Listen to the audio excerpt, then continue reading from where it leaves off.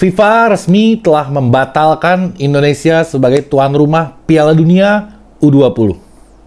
Ini kabar yang paling membuat gue shock, di luar bayangan gue, yang paling bikin gue kecewa mungkin selama gue nonton sepak bola. Karena ini perhelatan yang dahsyat, ini kelasnya kelas dunia. Kita beruntung, kita ini negara yang sangat beruntung gitu. Ketika kita dipilih sebagai tuan rumah, nggak gampang karena kita bersaing dengan banyak negara, dan untungnya lagi Indonesia langsung bisa lolos menjadi peserta karena kita menjadi tuan rumah. Gue nggak yakin dalam kurun waktu 10-20 tahun ke depan Indonesia akan main di ajang yang sebesar itu lagi.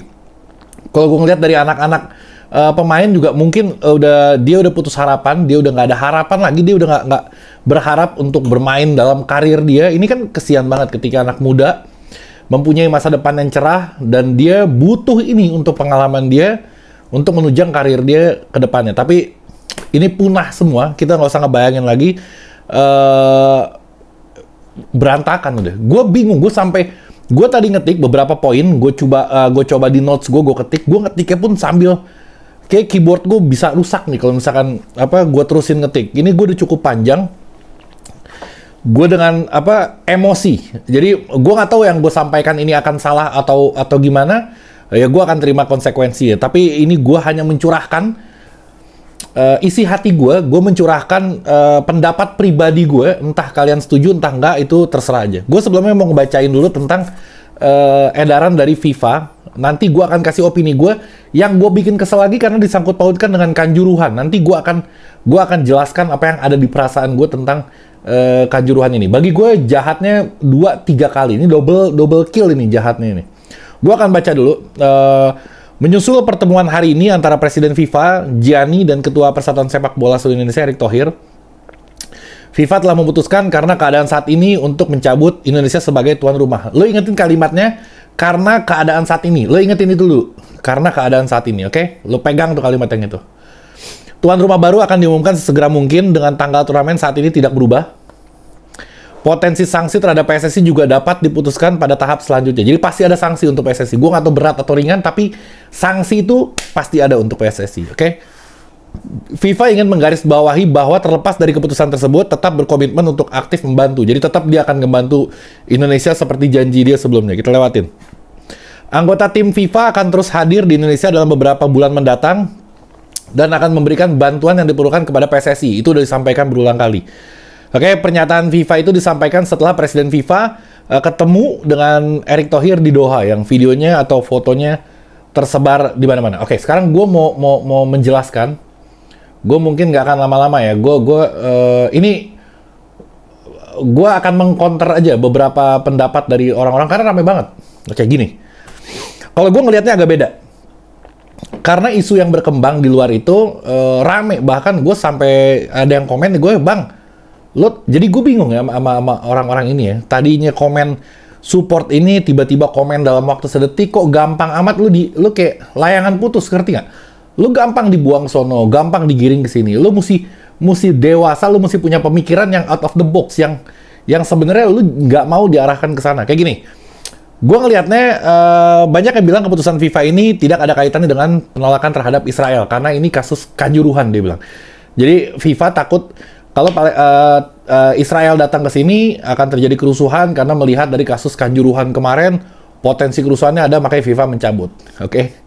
Sekarang gini, kenapa Presiden FIFA waktu itu datang ke Indonesia terus ngomong di press release bareng sama Presiden Indonesia, dia ngomong kalau kita akan ngirim tim ke Indonesia untuk membantu supaya ajang Piala Dunia ini terselenggara dengan lebih profesional, dengan lebih baik. Karena kita akan ngirim tim berkantor di Jakarta supaya turnamen ini berjalan dengan baik. Berarti dari situ, si FIFA ini udah nggak ada permasalahan sama Kanjuruhan. Karena itu dia datang ke sini karena kasus Kanjuruhan. Jadi dia nggak ngelihat kalau ini berpotensi untuk mencelakakan pihak manapun. Dipisahkan sama dia. Ini tentang Piala Dunia, gue datang tentang Kanjuruhan, tapi gue akan bantu Piala Dunia. Berarti nggak ada masalah di situ, oke? Terus yang berikutnya, kenapa jadwal drawing sudah ditetapkan? Ini yang paling menggelitik. Kalau misalkan dia udah mau mencabut Indonesia sebagai tuan rumah dari jauh-jauh hari, karena kasus Kanjuruhan kan udah lama banget ini. Kenapa baru mepet mendekati drawing? Dan jadwal drawingnya udah ada lagi masalahnya. Berarti dia masih oke sampai saat itu. Si FIFA masih oke dengan Indonesia sebagai tuan rumah. Oke? Setelah dari Bali ada pejabat yang ngomong, baru mungkin dia berubah pikiran. Jadi ini ada kolerasinya. Oke? Terus yang berikutnya. Dan si FIFA ini kenapa nggak ngebatalin dari jauh-jauh hari yang tadi gue bilang? Kenapa harus mepet gitu? Sedangkan kalau misalkan mepet, terus dia nunjuk calon tuan rumah baru ini nggak gampang. Tuan rumah barunya juga dia akan kerepotan karena mungkin nggak sampai 2 bulan dia harus mempersiapkan ajang sebesar Piala Dunia. Sedangkan Indonesia udah 2 tahun lebih kalau nggak salah mempersiapkan ini. Bahkan banyak klub-klub di Liga Indonesia yang rugi karena stadion yang nggak bisa dipakai untuk ajang ini. Oke? Yang berikutnya. Terus kenapa ada verifikasi stadion? Kenapa ada tim yang memverifikasi stadion kalau misalkan dia tahu ini akan ditolak? Karena kasus Kanjuruhan, dia bilang. Kenapa tetap ada yang verifikasi stadion? Berarti bukan karena itu. Itu poin yang berikutnya. Gue lanjutin lagi. Terus ada juga stadion yang dicoret, ada stadion yang disahin untuk Piala Dunia. Berarti memang udah mau ngadain Piala Dunia di sini. Yang berikutnya, kalau gue lihat isu yang disebarin FIFA mencabut Indonesia sebagai tuan rumah diarahkan ke kasus Kanjuruhan, gue ngeliatnya gini. Gue nggak tahu lu sependapat apa enggak sama gue ya. Isu opini yang dikembangkan sekarang adalah kalau FIFA mencabut Indonesia sebagai tuan rumah karena melihat dari kasus Kanjuruhan. Gue yakin yang tadi gue udah sampaikan di atas ya, gue yakin nggak ke situ arahnya. Kenapa? Karena ini tujuannya mungkin gini ya. Aduh, gue bingung sih nyampeinnya. Ini ngeredam lo aja. Ngerti nggak? Ini sih tujuannya cuma ngeredam lo supaya apa namanya pejabat yang paling harusnya bertanggung jawab di kasus ini nggak disalah-salahin amat. Karena isunya dikembangkan, oh ini bukan karena penolakan, ini karena kasus Kanjuruhan. Jadi kita nggak terlalu neken si penyebabnya itu. Kalau gue ngelihatnya, gue nggak nyebut orangnya, tapi kalau gue ngelihat arahnya ke sana ya. Karena dari FIFA-nya sendiri, tadi gue udah bacain, nih gue bacain sekali lagi tadi, karena dari FIFA-nya sendiri bahasanya nggak ada kaitannya yang tadi gue suruh ingetin lo ya. Gue bilang menyusul pertemuan hari ini, menyusul pertemuan hari ini antara Presiden FIFA dan Ketua PSSI telah memutuskan karena keadaan saat ini. Oke? Karena keadaan saat ini, bukan karena kasus Kanjuruhan. Jadi ini hanya opini, nggak ada yang tertulis, press release dari FIFA-nya juga nggak. Ini opini yang digiring ke sana supaya kita di medsos yang harusnya kita bersatu, kita jadi berdebat, ada yang bela sana, ada yang bela sini, dan diarahkannya ke kasus Kanjuruhan. Gue yang bikin gue menggelitik, kenapa Kanjuruhan gitu? Jadi gini, bagi gue jahatnya luar biasa. 2 kali bagi gue. Sekarang gini, ketika mengubur mimpi anak muda, penerus bangsa, yang gue nonton di channel PSSI itu pada nangis-nangis, ini anak-anak muda ini, harapan dia bermain di ajang terbesar untuk usianya dia pupus. Orang-orang yang ngelempar batu sembunyi tangan lagi, bahkan tangannya dicuci lagi sama dia. Udah dicuci, nyucinya di Kanjuruhan. Itu yang bikin gue sedih.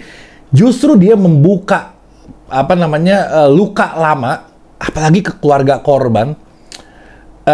Gue nggak tahu apa-apa, gue udah jadi korban, keluarga gue udah jadi korban. Sekarang lo mau cuci tangan, nyalahin gue lagi. Kasus gue aja belum beres. Mungkin orang-orang di sana mikirnya kayak gitu. Kasus gue belum beres, lo ngancurin kasus yang satu, tetap gue lagi yang kena imbasnya. Kalau gue ngelihatnya jahatnya sih berkali-kali nih. Pandangan gue seperti itu. Gue nggak tahu lo punya pandangan seperti apa. Ini opini, bebas berpendapat. Negara kita negara demokrasi, mereka bebas berpendapat, kita juga harus bebas berpendapat. Karena haknya sama. Haknya sama. Lo punya pandangan lain, lo sampaikan di kolom komentar.